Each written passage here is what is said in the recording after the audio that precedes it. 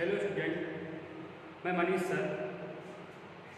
आज आप लोग को हिंदी और माला का एक ही वीडियो में पूरा पढ़ाएंगे। तो अब हम लोग चलते हैं।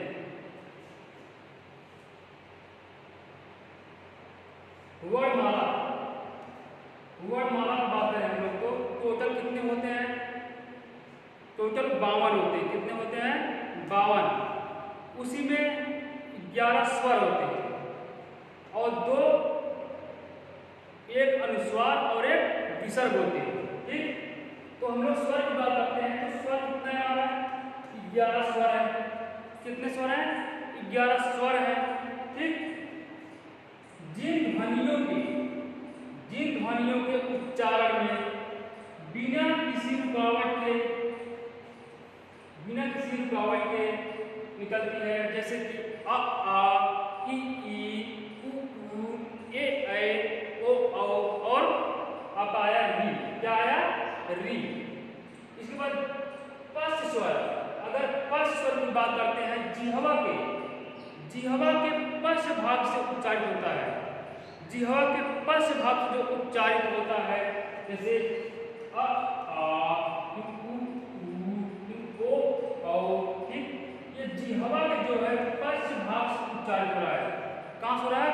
पश्च भाग से उच्चारित हो रहा है। अब बात करते हैं अग्र स्वर। जिह्वा के अग्र भाग से उच्चारित होता है। जिह्वा के जो है अग्र भाग से उच्चारित होता है, जैसे ई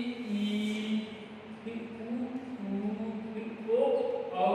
ठीक, समृद्ध स्वर की अगर बात करते हैं हम लोग तो जिन स्वरों के उच्चारण में ओष्ठ जो है गोलाकार हो जाता है। क्या होता है? ओष्ठ गोलाकार हो जाता है, जैसे उ बोलो उ।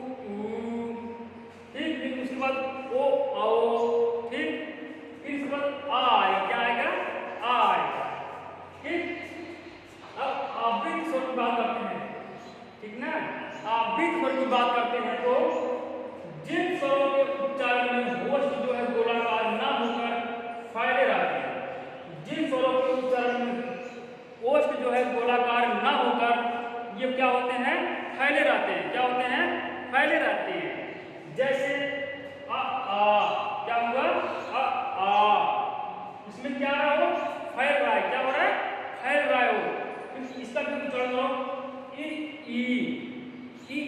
आप लोग उच्चारण जब करोगे आप लोग को खुद ही मालूम चलेगा कि कौन सा गोला हो रहा है, कौन सा फैल रहा है। हाँ जी, ए आगे चलते हैं।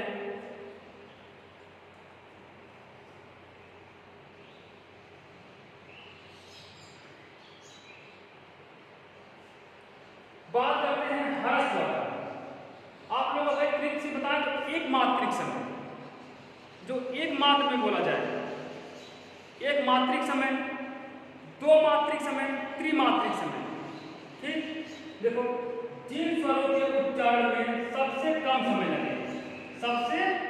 समय लगता है, जैसे अ ई उ री,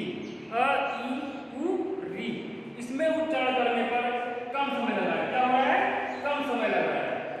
इसमें उच्चारण करने में कम समय लगा है। ठीक, आप लोग उच्चारण करके देखो। इसमें अगर आप बोलोगे अ ई उ री, इसमें उच्चारण करने में आप लोग को कम समय लगेगा। री का दीर्घ में चलते हैं। दीर्घ पे जो दीर्घ है, जिन स्वरों के उच्चारण में हर्ष स्वर से अधिक समय लगे, जैसे आ, ई, उ, ए ओ औ। उच्चारण करके आप लोग देखो, इसमें ज्यादा समय लग रहा है। और आपको एक है प्लुत स्वर। कौन सा है? प्लुत स्वर। प्लुत स्वर जो है जिनमें 3 मात्रा का समय लगे, जिनमें तीन मात्रा का समय लगे। ठीक,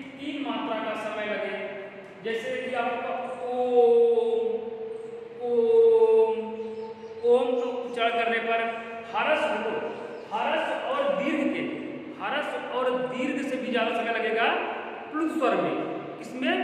प्लुत स्वर में, जैसे ओम। ठीक, उसके बाद आपका आएगा ध्वनि, ध्वनि, इसमें भी त्रिमात्रिक समय है। कौन सा है? त्रिमात्रिक समय है। री का प्रयोग देखते हैं हम लोग। यह लेखन की दृष्टि से, यह लेखन की दृष्टि से स्वर है। क्या है? लिखने की दृष्टि से क्या है? ये स्वर है। ठीक, लिखने की दृष्टि से स्वर है, क्योंकि स्वरों की, क्योंकि अन्य स्वरों की भांति, क्योंकि ये भी जो अन्य स्वरों की भांति इसका भी मात्रा चिन्ह है सी की तरह है। किसकी तरह है? सी की तरह है।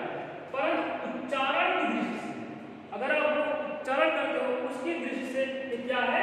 व्यंजन है। क्या है? व्यंजन है। हाँ, क्योंकि इसका उच्चारण री के समान होता है। इसका उच्चारण कैसे होता है? री के समान होता है। अनुस्वार देखते हैं, अनुस्वार पे बात करते हैं। यह अनुनासिक है। ये क्या है? अनुनासिक है। अनुनासिक व्यंजन है। क्या है? अनुनासिक व्यंजन है, व्यंजन का रूप है। यह अनुनासिक व्यंजन का रूप है। इसका प्रयोग वर्तनी के पंचमा अक्षर, पंचम अक्षर, अगर आप लोग ऐसे लिखते हो, ऐसे लिखते हो आप लोग, ठीक, ऐसे लिखते हो तो ये जो लेकर आएगा आपका 5, यही होगा आपका पंचमा अक्षर। इंगड़नम, इंगड़नम, इंगड़नम जो होगा आपका क्या होगा? पंचमा अक्षर। क्या होगा? पंचमा अक्षर। ठीक है, देखो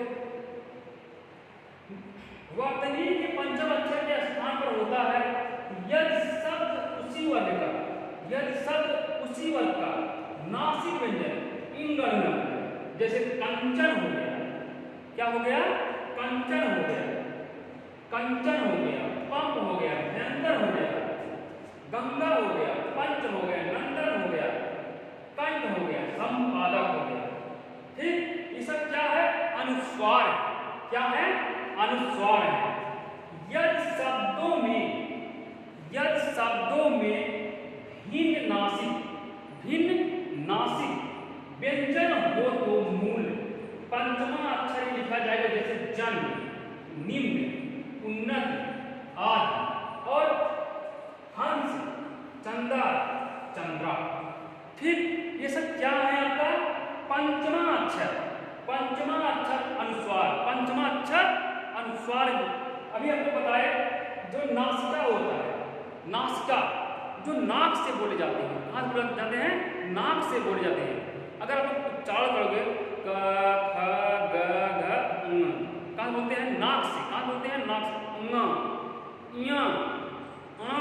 ठीक, कहाँ बोल रहे हैं? नाक से बोल रहे हैं। ठीक, आगे चलते हैं।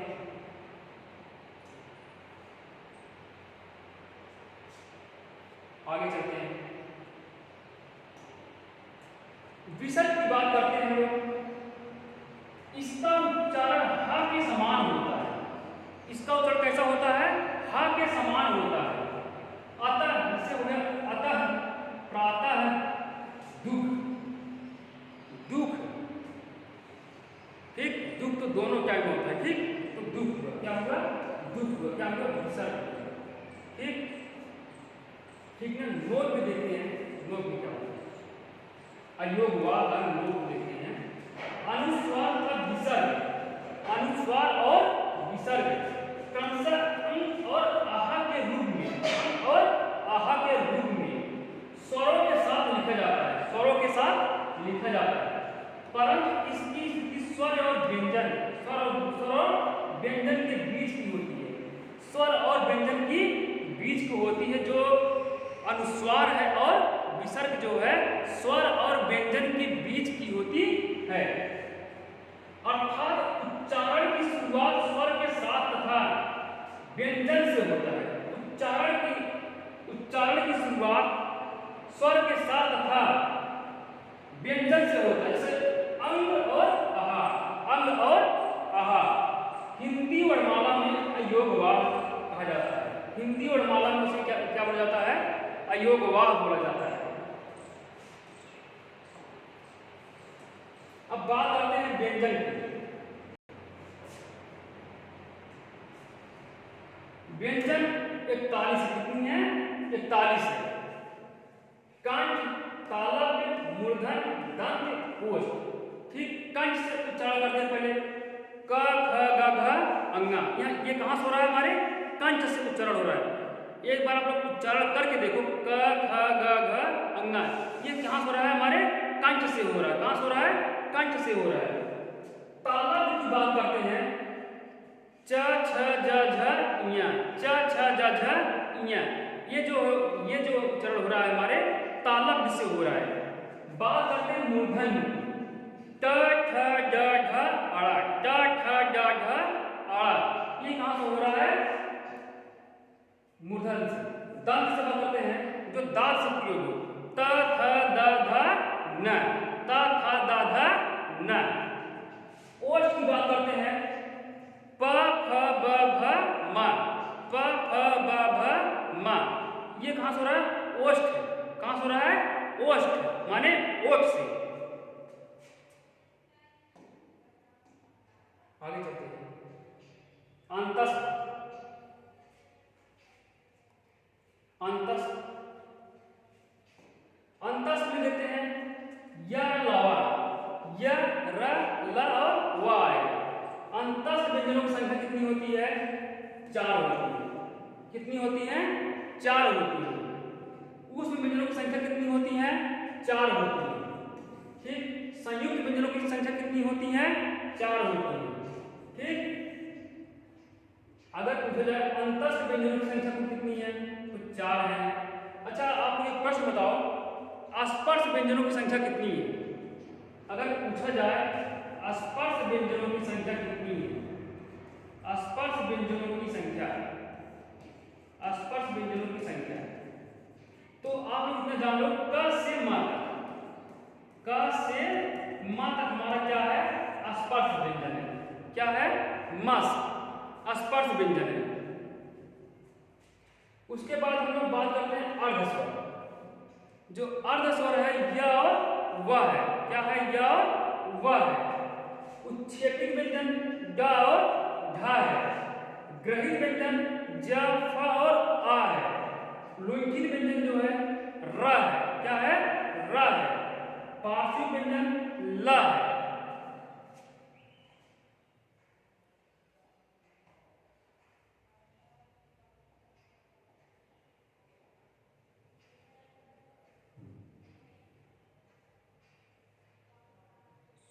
अब इसके बाद बात करते हैं अल्पप्राण, महाप्राण। अल्प जो अल्पप्राण होगा उसमें कम वायु निकलेगी और महाप्राण जो होगा उसकी वायु ज्यादा निकलेगी। आप लोग उच्चारण करके देख लो क, उसके बाद ख करोगे, आपकी जो हाथ है उसमें जो ध्वनि आएगी टकराव होगा। क्या होगा?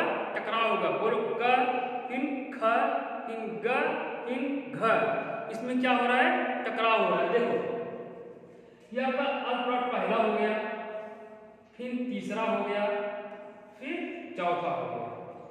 पहला, फिर तीसरा, फिर पांचवा। ये कौन सा है? अल्पप्राण है। क्या है? अल्पप्राण। अगर महाप्राण की बात करें तो दूसरा होगा, ठीक, और कौन सा होगा? चौथा होगा। ठीक, ये क्या है? आपका महाप्राण है। अब यहां देख लेते हैं महाप्राण का क ग अंग, च ज ञ, ट ड अ, त द न, प ब म, य र ल व। ये क्या है? आपका अल्पप्राण। और महाप्राण की बात करें स ख स ह, फ भ, थ ध, ट ठ, झ झ, ख और घ। अब अघोष व्यंजनों की बात करते हैं। इनकी संख्या 13 होती है। क ख च छ ट ठ त थ प फ स स। जिसमें नाद की जगह श्वास की प्रयोग किया जाए, जिसमें नाद की जगह श्वास का प्रयोग किया जाए। अघोष व्यंजन की बात करते हैं। इनकी संख्या 31 होती है। कितनी होती है? 31 होती है। इसमें सभी स्वर आते हैं आ से ओ तक। और